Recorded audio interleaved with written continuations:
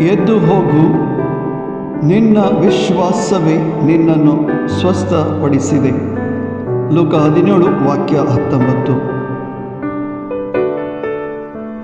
ಯೇಸುವೆ ಕರುಣೆ ತೋರಿ ಎಂದು ಯೇಸುವಿನ ಬಳಿಗೆ ಬಂದ 10 ಮಂದಿ ಕುಷ್ಠರೋಗಿಗಳು ಗುಣ ಹೊಂದಿ ಹಿಂದಕ್ಕೆ ಹೋದರು.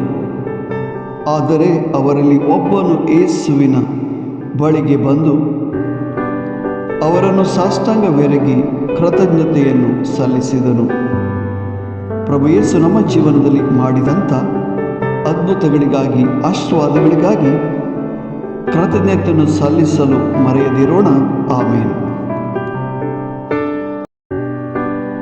उठ आणि तुझी वाट धरण चल, तुझ्या भावार्थान तुका बरो केलो. लूका 17:19. जेजू सरशी येवन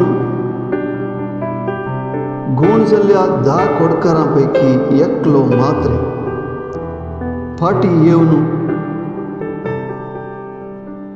जेजूक साष्टांग नमस्कार करता आणि अर्गां दिता. आमच्या जिवितांती जेजून केल्ल्या अजपा खातीर आनी आशिर्वादा खातीर ताका अर्गां दिवंक आमी विसरूंक नजो. आमेन.